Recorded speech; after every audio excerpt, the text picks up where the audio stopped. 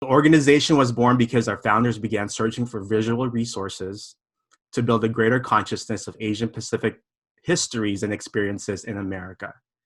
Fueled by the civil rights and anti-war movements, they set out to showcase Asian Pacific American lives by creating educational kits, documenting community events, audio taping stories, and collecting historical images.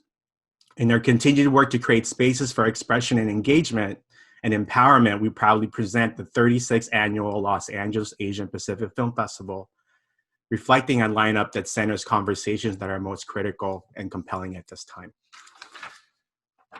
We're celebrating almost 300 filmmakers, about 275 of them for this festival. One of the challenges with this virtual setting is it can never replace our in-person connections, especially those times when you see filmmakers connect with each other. This virtual screening, online cinema, does not replace your theatrical screening. We're gonna miss looking directly at the filmmaker once their picture shows up on screen. Usually we'll look at you while you're sitting down amongst your friends and family. Sometimes we actually sit in the back as we stand together and we check picture and sound. It doesn't do justice, but we hope at least with this virtual space like this, you can continue building communities together for the time being. So to our artists and filmmakers, please support and celebrate each other, watch each other's films, participate in each other's artist conversations, learn from each other, and please make connections. Thank you for telling stories of truth, and through your works, know that you bring truth to power. Lastly, my deepest gratitude to our families, friends, and VC members and the individual donors who continue to believe in what we all collectively make happen. The festival would not be possible without your support.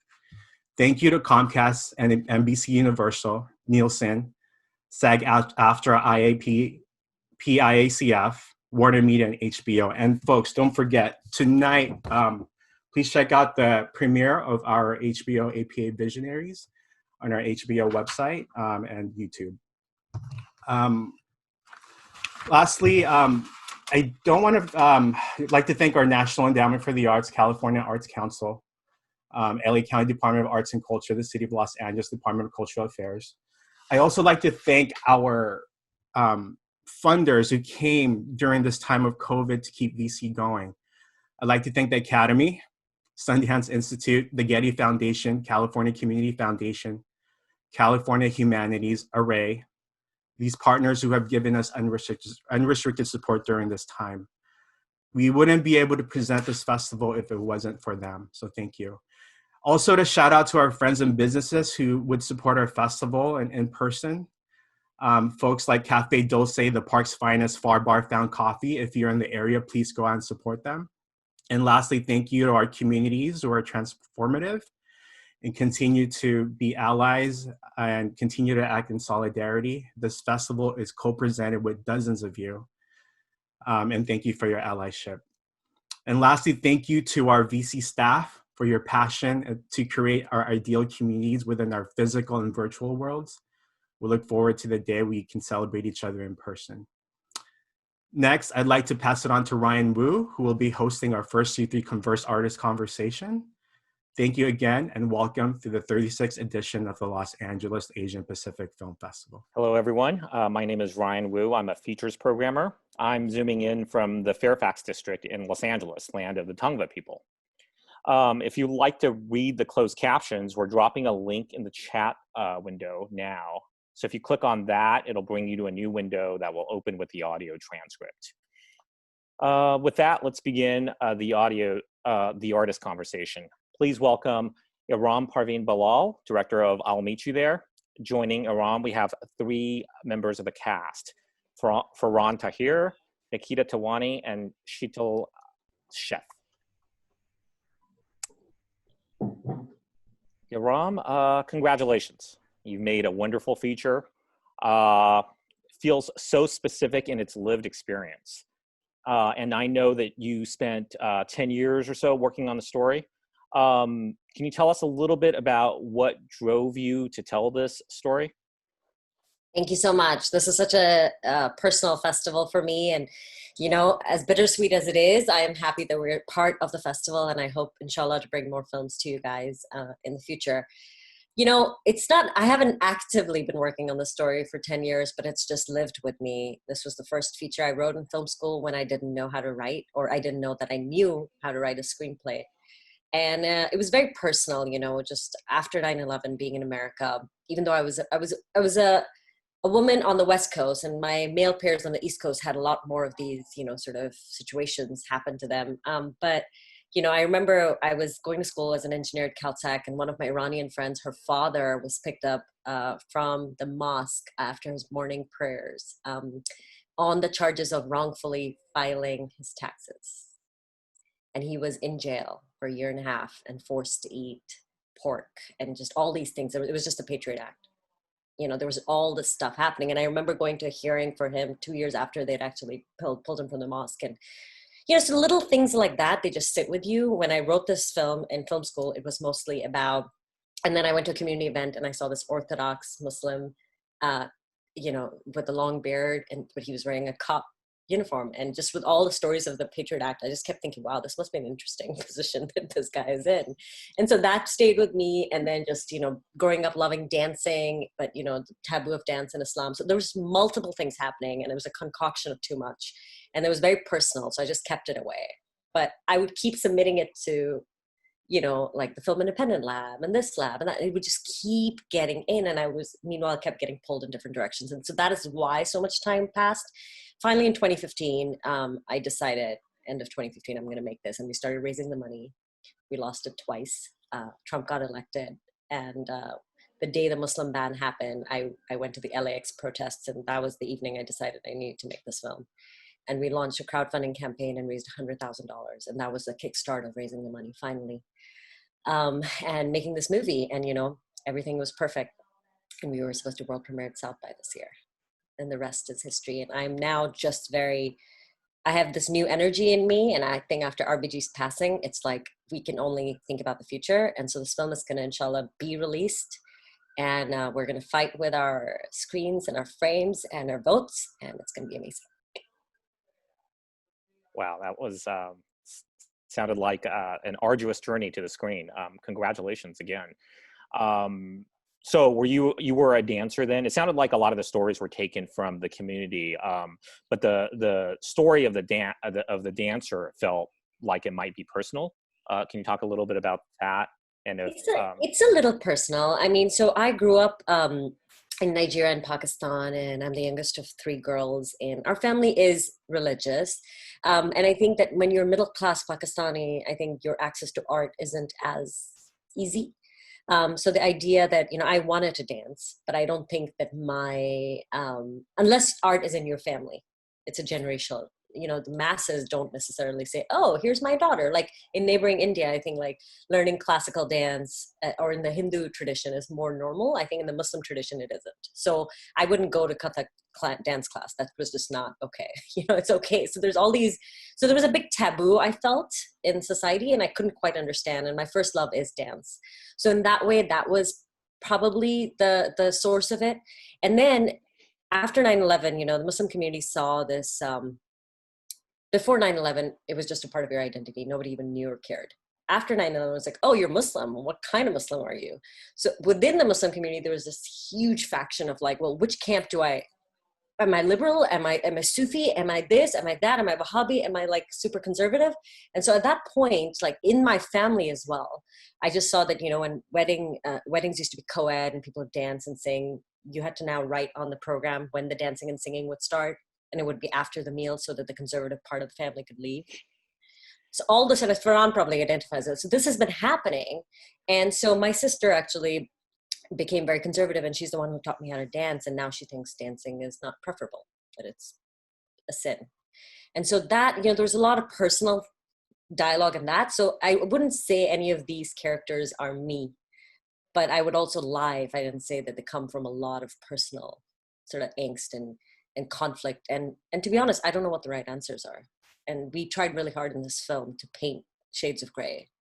So anyway, that's yeah. I thought you gave every perspective respect, but you know the sort of the conflict between feminism as expressed through dance and Islam, I thought was very compelling. I wanted to see if, just throwing it out to the members of the cast, how you guys related to sort of the conflicts in the movie, and how, you know, and when you guys first read the screenplay, what was your reaction? So let's start with Nikita. I connected to it right away because for me it was about, I mean, the character that I was reading for, Dua, is about a girl who grows up as a normal American teenager, exposed to all the things that I grew up with. And yet there's this part of her that she doesn't even realize that's missing, but eventually she realizes it. And I mean, just being torn between the generations and being torn between that culture is how I grew up. And the way that Iram wrote about it was like a slice of life. And you don't get that, especially not about a culture that I'm familiar with. And I think because of that, I related to it right away, because you just don't, I was not finding screenplays or stories that were highlighting people like me, you know, that grew up in these stories, in these types of cultures. And it's just, it wasn't what I was reading. It wasn't what was out there for me. So that's why I related to it right away. And I felt, I mean, when I met Iram over FaceTime, and I feel like I connected with her right away. And when that kind of magic happens, you know, there's nothing else, you just know. We're still in love. Yes. And Sheetal, how about you?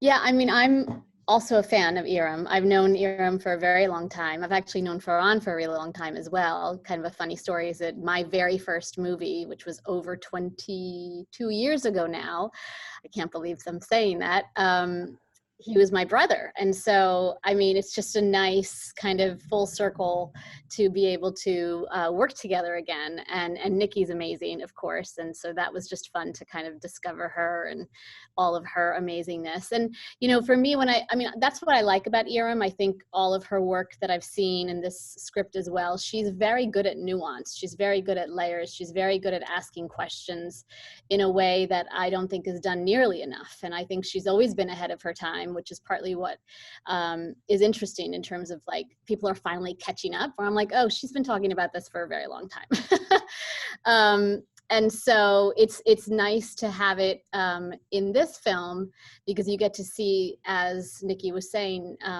different points of view. And as Iram was saying, you know, there's different ways of coming at it. And for my character, Shonali, you know, she's far more, I think, settled in who she is and what she wants. And she's that person, I think, you know, when you have that person that can't see what's right in front of them, sometimes you need that catalyst to help you. And so I think she is that catalyst for both Dua and Farhan. And so it was a nice role to kind of figure out how to do that, you know, how to kind of nudge, but also you want to make sure that the person comes around in their own way. And Farhan, how did you relate to your character? Well, first of all, you know, I mean, I think having grown up in both these cultures, it kind of gives you this vantage point of actually being able to see the beauty and things that we need to work on on both sides of who I am, right? So I think on that level, it was very personal. And I think Iram can identify with that, because if you've grown up in these two cultures, you get very different perspectives on both of them. So that being part of it, and I think just as far as the script is concerned, I think it actually brings to light the experience that we are going through today. And that experience is evolving every day, and the stories are changing as we go along, and as we be part of this American experience, and being who we are. So it has its good points, it has its bad points, it has its challenges. And although this story might not be biographical for me, but it is the community's biography in a way. And I think that's what connected me to it, because playing the character of Majid, he is someone who is kind of this bridge or this connection between the two cultures, one which is embodied and experienced by his daughter Dua, and at the same time this other life which is experienced and embodied by his father. And how to bring all of these experiences together becomes the challenge and the beauty of it. How do you do that, and how do you do it with sincerity? And these stories which Iram has written, these are not outlandish fantasies. These are really, they're pulled out of, if it didn't happen to me, it probably happened to my brother or my friend and whatever. So these stories do have that gravity at the same time. And what Iram has also done is that it's not just a story of look how terrible and how much misery we are in. There is a lot of hope in the story, and that's what really attracted me to it. That we are not just like bashing one culture or the other, or trying to show that one is better than the other. It's a question of being able to live with both of those inside of you, and at different moments, different things as a person comes out in you. I don't walk around in my life the entire day going, I'm a Muslim, I'm a Muslim, I'm a Muslim. No more than I go around telling myself that I'm a man, I'm a man, I'm a man, right? So there are moments when these things interject and intersect with my life, and they go through the prism that I have, that is my soul, and they refract on the other side of it. So I think that was the exploration that really attracted me to it. How to embody that, how to give it as much honesty and sincerity as we can, and tell this story without trying to give people solutions. But actually, to me, real art is where you can that actually encourages you to ask more questions. It's not about answers. That was the thing that really, really, really got me involved in it. And then Iram and I have known each other for a long time. We tried to work with together for a while. So when this script came along, I was like, I'm in whenever. So here we are. I know. And Farhan, your performance, I mean, I think the reviews say it on their own, but I also want to say that this beautiful assembly of lead cast is not complete without Muhammad Kavi Khan, who plays Baba. And, getting him, he was everything. He was everything. He was experience, he was wisdom, he was glue. And, in the very early versions of the script, in film school, of course, you write the super like black and white people, right? But the beauty of this movie to me actually is that I connect with Baba so much, and I couldn't disagree with him, in so many points more. And then the other thing I want to say is, at the face of this, what has been the biggest flattery on this movie, I think for all of us, is from the team, which comprised of an indigenous woman, a woman raised Baptist, a Jewish woman, and like Christian, like everybody connected, because at the bottom, it's a story of a family. To me, actually, this is not a story of a Muslim cop and teenage ballerina. The loglines can say whatever. This is a story of parenting. This is a story of child, like a son and a father and a daughter. And like, it's just a story of a family trying to connect despite their differences. And that is so universal, right? So that, and I think, and this is where I have hope for this film, because I know it's going to connect. If we're able to figure out the right way to market it and get it out there, it can and will, inshallah, be, well received. That was honestly another thing. Sorry. That was honestly another thing that I loved about it, is that it didn't need to be some major tragic event where someone is the villain and like there's one culture that is to blame for one thing. And, and in a lot of stories, diverse stories are told to have some type of like epic, situation. And even though there are moments in the story that are so important, and very much, like I said before, a slice of life, and it happens, it didn't need to be that someone turned out to be doing something wrong, and there wasn't a clear villain in the story. And that's also what I loved about it, is like, it wasn't about that. It was about the family, and it was about these generations trying to connect. And like you said, like anybody can relate to that. Yeah, I I agree. I mean, as someone who watches a lot of these movies as a programmer, I really appreciate a movie that doesn't sort of just say, "Oh, these are traditionalists, they're bad, and these are the assimilated people, and they're good," because we've seen that movie 100 times, and it's just you're not getting much out of that. So just sort of being able to explore and sort of give due to every perspective, I really appreciated that about this movie. Ryan, thank you for being so brave as a programmer, because I was about to say that even though this is not that film, we have had issues from financing to programming to distribution because we are not that film. Because those are the narratives that the powers that be care to forward. And that was something that really attracted me. Sorry, that it's not the story of, as you said, which that story has been told, and it's a valid story of the generational clash between the immigrant parents and the assimilated generation. That story is a valid story, and it's been told many times, and many times beautifully. So that was one of the biggest things that really was like a breath of fresh air, because this story is not that. It's not trying to paint people in a bad light or a good light. It's actually just offering that these are the situation challenges that we go through every day.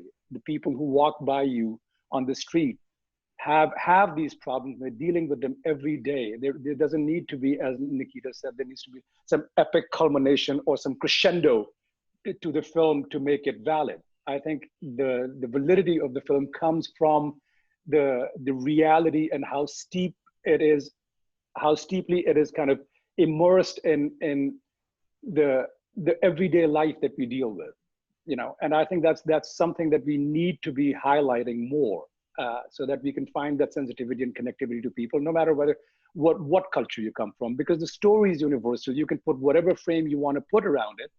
You can change what religion they come from, or what country they come from, or what language they speak. That is not the issue of the movie. It is really trying to figure out how to find the best possible way and the beauty in all of this. You Yeah. were going to say something too. Oh yeah, I mean, I was just saying that I find that even still, I think that the powers to be are comfortable with certain narratives when it comes to people with different color skin than theirs. And so they have very familiar things that they're comfortable with. And when they think of somebody that's brown from South Asia, if it doesn't have something to do with arranged marriage or religion or mythology or something exoticized, and they don't even know what to do with it. And so I'm really just kind of, I mean, I can't tell you how many scripts I get that I'm like, if it has an arranged marriage, I like throw it. I cannot take it anymore. It's so absurd. And so this idea of, the white lens on everything is something that I am frankly just completely, I mean, it's been around for a long time, but I've had enough. Like I've really just had enough. And that's all. I mean, I could go on and on. Yeah, I was just going to say, it seems like if you're sort of not, if you didn't have the immigrant experience, maybe you don't appreciate the sort of the nuance and the complexity of that experience. For example, you guys were talking about how universal experiences, and I'm not Muslim, but just sort of having to deal with like parents who are defending the Chinese government, right? It's just like these things where it's like you understand, and I love them, and they have this perspective, and sometimes it's they have reasons for why they say that kind of stuff, but just sort of having to straddle two worlds as an American and as someone with immigrant parents with sort of, ties to the homeland. It's just, I think it speaks to sort of the universal immigrant experience. But I wanted to also jump on what Shitl said about sort of Hollywood, and, there's this newfound effort to sort of diversify the industry, and I know they're trying to bring in people of color and trying to write more parts for brown actors and so forth. What has been your experience with this? Is it just lip service, or are they really is this effort real? Well, there's a trap in there. And I mean, I think it's a good move, but I think my fear is that by acknowledging it, And by writing parts, they can then check off the box that, oh yeah, we wrote a brown part, you know? To me, that is not real advancement, you know? So if we don't fall into that trap where it becomes just about giving lip service and saying, hey, now we have a brown person in the film, you know, where it would have been a white person or whatever. That would be wrong. Yeah, if we're gonna incorporate and bring people together, then we also have to understand and celebrate and criticize the experience of these people. You know, so I don't know. I think it's a bit of, for me, the jury's out. It's a good step, but the step has to be backed up with real effort, not just lip service. I think Well, I'm going to let Sheetal please go I'm ahead. just going to jump in because I have a lot to say about this, so bear with me. I Go, think Sheetal. there's a lot of layers to it, and I think one prime example is what John Boyega just very eloquently talked about with his experience with Star Wars, is that, you know, they cast him and they probably were like, oh, we got a black guy to be in Star Wars, and he talks very much about how they didn't write for him. It was a very flat character, and I thought it was really honest and brave of him to talk about how him and I think it was the Asian woman as well, who just were kind of not really written for where all the other ones were. So that is, I think, one piece of that. It's who's writing the pieces, number one, because I've found people reaching out to me who are kind of the powers to be saying, do you have a sensitivity reader that could read something for us? And I say, if you need a sensitivity reader, that's the problem. Have the right people write it. You don't that's not the way to do it. Get the right people in the chair who are the writer. You don't need a sensitivity writer then if you do it right to begin with. And then another piece of it is, are we the center of the stories, or are we there just to tell the story of somebody else? And so I'm not interested in kind of not being the center of my story and being the hero of my story. I don't need someone to save me. I don't need to be the supporting character. I don't need that part of it, you know, to kind of, again, tick off the boxes, because they say, well, look at all the diversity we have, but it's really none of the leads, none of the people driving the stories. And also, maybe it doesn't have to be tied to their ethnicity, and maybe the narrative doesn't have to be about that. Maybe we can also just be washing our hands at the sink as long as white people do in their shows. I completely agree. And from a content creator side of it also, I think real change is going to come when the financing powers understand diversity and embrace it, not through that white lens and it's sort of anti-racist lens. And I also feel it's going to happen, furthering what Sheetal said, when the creators are diverse. Because when they are diverse, they will filter the authenticity, right? I mean, what happened with Imagine Impact's announcement in the Lang Lang story just this week, right? If you feel that, okay, diversity, if you are not willing to relinquish the power of storytelling and the finance, you will always see the other race or the other as the other, because you cannot be the other. So give the other a chance for a little bit, level the playing field that way. And until that happens, I'm a little like, you know, and I, as a creator, in terms of pitching, I am yet to see the nuanced stories being, you know, sort of picked up. I mean, there's a couple of, you know, companies, that's one that just, I can't talk about yet, but just optioned my pilot, and it's a nuanced piece and it's authentic, and they have the audacity to actually develop it. Are we seeing that widespread? No. And I'm curious to see if the characters, I mean, Sheetal's already, Nikita and Farhan, are you seeing that in the sort of auditions you're getting? I don't know. I was actually just going to mention, this week I read a script for a role who was an Indian girl who's an assistant in corporate America and is extremely straight-laced and efficient. That's it. That's it. And she's a brown-nosing, straight-laced, efficient girl.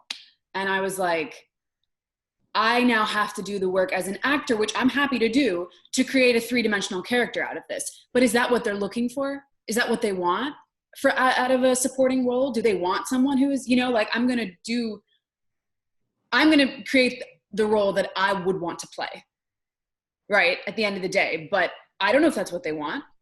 So that's where, like, I find occasional roles, I'll be really excited about an occasional role that I'll see that's three-dimensionally written. And that's part of the reason why it's so important for us to create our own work also, because, which, you know, I'm not a writer. I wish I was. And, you know, maybe it's something that I'm going to have to like see what I can do, because at the end of the day, like I'm going to have to be writing the roles that I want to play, from what I'm seeing out there. We are the creators wanting to create certain stories. We know their audiences that want to watch these stories. Who is the barrier, right? Media is power. They leverage the power of that control so that they can tell you it doesn't work. When you start infiltrating that wall and start connecting with the audiences and you say, wait a minute, that audience exists, they will still not greenlight your films. They'll not greenlight it by saying it's not big enough because the white characters aren't big enough. Then when it's made and it goes to all the big festivals and you go to them for distribution, they will reject it with the same thing saying, oh, it's not big enough. Well, guess what? You could have made it big enough by funding it and having that huge production value so that it's cyclical and it's so obvious. I mean, it's so obvious, you know, so that is why, I mean, this is all connected. Media is power, is politics. It's all the framework and the narrative that you want to forward. You block. That's how you block, you divide, you control, you create fear. And so there's fear of these stories. And there's a reason why people will maybe not, like, I'm literally designing the poster for the film. And my first directive to the graphic designers, I don't want it to look like a niche film. How do I do that? Right? I should be proud of it, but I also know, because it's almost like I need people to click on it because I know once they get past minute, whatever, 5-10, they will continue watching. So we're fighting a really complex problem. Yeah, that phrase where people say, oh, it's just not big enough is something, it's like the go-to thing that, you know, we've heard a billion times. I hear it a lot with stuff I'm pitching. I hear it with people that are pitching, and it's really, well, it's not, you don't see that person's story as important. You don't see it as big enough to fill the screen and believe that can connect to people, but like there's 8 billion people that would disagree if you just gave it a chance. Right. I mean, if A24 didn't pick up The Farewell, right, where would Lulu's career be right now? Mm-hmm. A24 took the chance on Lulu. Listen to This American Life, or whoever the producer was. This is all important, right? Yeah. This is why people get noticed, is because the right people champion them. Yes. So, and something that Nikita was saying, you know, because there is an expectation, you know, what Nikita was saying also. I mean, not a long time ago when I first started, somebody actually told me that I wasn't being Pakistani enough to play that character, because there was that was the mindset of what they expected a Pakistani to be. And God forbid if I veered from that, from whatever that narrow vision that they had. So yeah, I mean, that is one of the challenges. Like, do we want to play the character and give it all we have and make it 3-dimensional? But is that character being accepted, or are we just being used as tools to tell somebody else's story? You know, so I mean, so these debates and these challenges have been there, and they have not been addressed in the right way. And that is the biggest fear that I have, that yeah, just by saying that, you know what, now it'll be more diversified, I want to see the actual diversification before I can actually get behind it, because lip service has been something that we have gotten for decades now, and it hasn't gotten us anywhere. There was this one woman on social media who I think put it great, you know, at the height of when the Black Lives Matter movement started up again. She said, "Thank you for your BLM picture. Now show me a picture of your boardroom." And that's really what it comes down to. You know, a lot of lip service, but who are the people that are making the decisions? Show us that. In the activist world, it's called performative activism. Yeah. And I believe in the film industry, there's also that. But let's turn this towards hope too, because I do feel that in this sort of cacophony of the powers that be, and honestly, this pandemic re-leveling certain things. And I mean, some people are really good. I do think that we need to, here's the thing, as artists, and there are a lot of artists listening, right? Do you continue to tell those nuanced, authentic stories and hope that you're going to meet the right champions? Because why are you making the art you're making? Start with why, right? Simon Sinek says.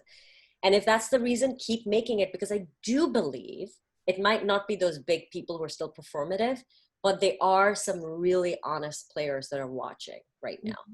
So there is a chance for the crossover. Or if you are going to be a little bit of a mixture and kind of part sell out and part be authentic, just understand what you're doing and why you're doing it. And so when it boils down to the art, for me, I need to make art that I can sleep at night and be peaceful about. The peace of my sleep is priceless. That is what drives me, right? And I believe that finally, like Sheetal said, we were ahead of our times. Maybe we just need to kind of push through this pandemic and persevere, because I do believe there's something that's reckoning. You know, something is on the horizon. We are, whether it's a flavor of whatever, 2 years, 3 years, there is a moment in time. And do not get frustrated that we are not capitalizing on that, right? Because I've played that scenario constantly, been like, what if the lockdown happened just 2 weeks later? We would have had our South by premiere, right?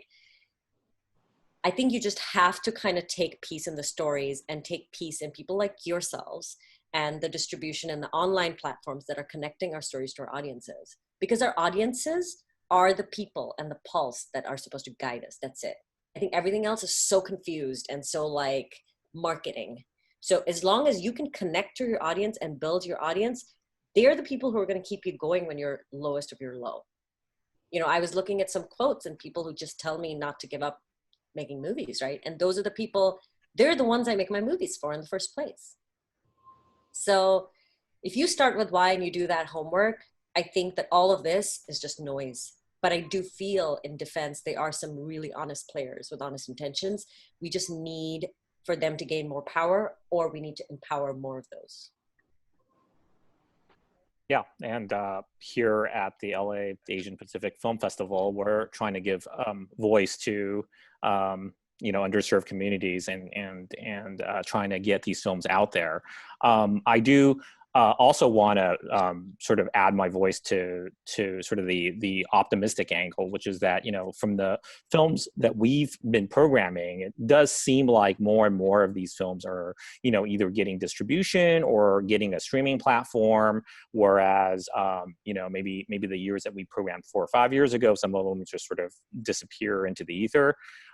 So hopefully, you know, with streaming democratizing things, maybe more and more viewers will catch up to these movies. You know, even though I am a theatrical presentation person, it's nice that, you know, more and more people can see these movies. I wanted to, you know, you guys touched on Black Lives Matter, and one of the discussions I had with someone was about sort of watching movies about cops as protagonists in the wake of Black Lives Matter, and this person was saying that, you know, watching a movie now about cops has a, you know, there's a different perspective in the wake of that, and obviously this is a movie where, you know, Farhan's character is at the center, and wanted to, you know, see what you guys feel about sort of your movie in this new climate. Well, I will say from my perspective that, look, I mean, we don't want to fall into the same trap, this trap of that because of where we are today, that we should always keep in mind that this is the trap of stereotyping people, right? We don't want to stereotype, you know, people in the police force no more than we want to stereotype the person on the street, right? So I think these stories are important, and we do need to create that ability to be a little bit more refined in our thinking. Just because of one thing, we can't say that all of those people are bad. You know, I mean, that's the stigma that we have dealt with, you know, whether you're Muslim or Asian or whatever, that people have stereotyped. So in the same fashion, we can't stereotype people's professions. We do need to have a more, we need to have the sensitivity and the maturity to be able to separate those things when we can. So if somebody doesn't want to watch the movie because it's about a cop, I would encourage them to actually rethink that, because it's not about that. It's about humans. It's about people with emotions. So yeah, we can see it in the political light, yes, but we also have to see it in the human light. Right. And I think that's what makes us grow as people. And specifically in the movie, it's kind of ironic how timely it's become in the face of this, you know, the lens shifting towards police brutality again. I mean, Farhan's character, without giving too much away, he's a pawn in the giant complex system of police and FBI, and there's brutality in the movie, you know, against Farhan's family in some ways. So I think it's important, again, to engage with stories and give stories a second chance. I mean, this is a story of a man who happens to be a cop. who happens to be Muslim, who happens to be Pakistani.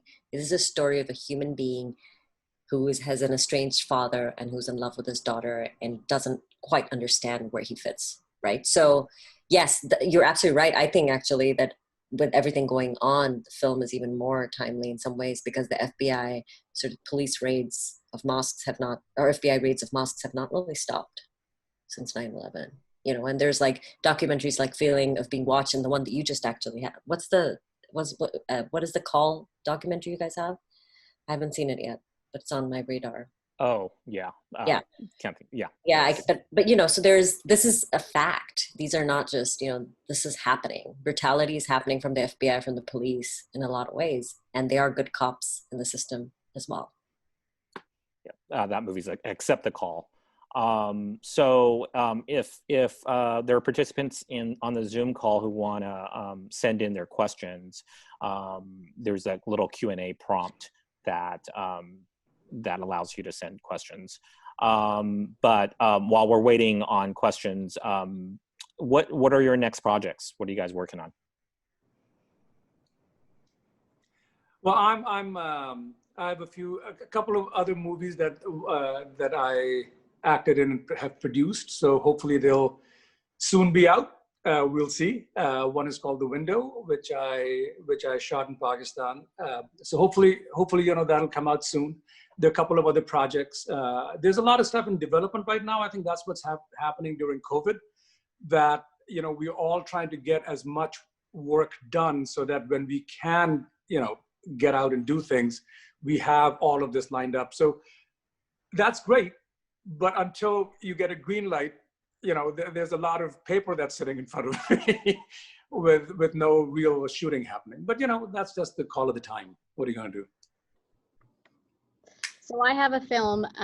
So interestingly enough, during lockdown, which I guess we're all still in, I don't know why I'm saying during, but in the beginning of it, Quentin Lee, who is a friend of this festival, reached out to me, and he wanted to kind of do an online Zoom sci-fi series just to like see what would happen. And he ended up, we shot it all like, and it was all based as if we were on Zoom, as if it was actually going on during a sci-fi kind of invasion. And he really liked it. And so he put it together, and it's a film, and I think it's gonna find its way out there now. So that was kind of fun to do. I have another film called Hummingbird that I'm very excited about, that I did with a friend of this festival as well, Tanuj Chopra. And that is a dark fantasy superhero film. And we are going to be part of the First Look program that Cam is doing next month. And so we're showing 2 clips of the movie, and we're very excited because it'll start kind of the buzz. And that will probably be out next year. And I have 3 more children's books coming out next year as well. So wow. I'm busy. Amazing. Yeah. I am nothing right now, and we'll see. I mean, the pandemic put a bit of a pause on everything. I was working on a play, touring the play adaptation of 1,000 Splendid Suns for a few years. And that was kind of, obviously now theater is shut for we don't know how long. But that we would have done another version of that, potentially a little closer to home. And yeah, I mean, fortunately things are coming back. Productions are coming back in New York, so it's exciting. Nikita's going to be super busy. She doesn't know it. And I actually, it's funny, Sheetal, I'm also doing a sci-fi. It's just in a very experimental thing that I decided I wanted to figure out how to remote direct. And so we have these 4 vignettes. One is set in Pakistan, one is in India, one is here in LA, and one is in Texas. And it's just an experiment. We've just shot 1 out of 4. Some are being shot with iPhones and actors, and some are with 5Ds and a camera off there. So let's see how that turns out. Obviously, getting this film out there. Number 1 project is activism between now and the election for me. Everything else has taken a backseat.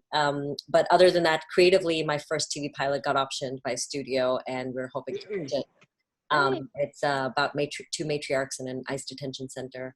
And then I'm writing a feature called Chasing Shah Rukh Khan, which is a mother-daughter road trip. About a daughter who reconnects with an estranged mother when her cancer returns. and the mother has not told the daughter, but she knows. And so that is something that I've been working on. Yeah, just honestly, it's been kind of crazy. And then also writing a hip hop dance drama for the producers of the International Emmy nominated Deli Crime. So hopefully that'll be greenlit soon. So it's been busy, but honestly, I'm very committed to getting this film out. I'm going to run almost like a crowdfunding campaign type of a situation for the distribution. I'm going to be hounding everybody to watch it. So, Iram, is there outside of this film festival, is there another way for folks to watch your movie after the screening window ends, which is Sunday night? Yes, it's playing at the Port Townsend Film Festival, but also limited to 250 tickets, and then it's going to be playing at the COSAF the following weekend. But after that, we've decided to just not participate in more festivals, and we have a distributor. We are just finalizing a few things before we announce, but inshallah, we are looking at Q1 2021, and ahead of our virtual, we're going to be having these incredible community engagement virtual theatricals via Level Forward, Abigail Disney's company. So more on that. I'm just constructing everything right now. Great. So I think we have to wrap up, but thank you for joining us. It's been a great conversation with you guys. Wanted to congratulate you guys again on a great film. And so I hope we have a successful screening. Yeah, I hope so too. Thank you for having us. Yeah. Thank you for having us. I'm curious to hear what the audiences think. We still have not engaged with the audiences that have seen the film. So we're hoping for that. Yeah. Thank you so much. Bye. Thank you. Bye. Bye. So don't forget, everyone, that this film is still viewable now. If you haven't watched it yet, go watch it. The viewing window closes on Sunday night.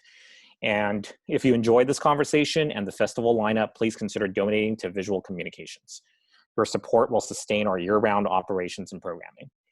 And I invite you to stay for the next conversation. For the most recent updates on the film festival, please visit festival.vcmedia.org or follow us on our social media accounts at vcfilmfestival.com. And don't forget to tag us at hashtag LAAPFF 2020. Thanks. Bye-bye.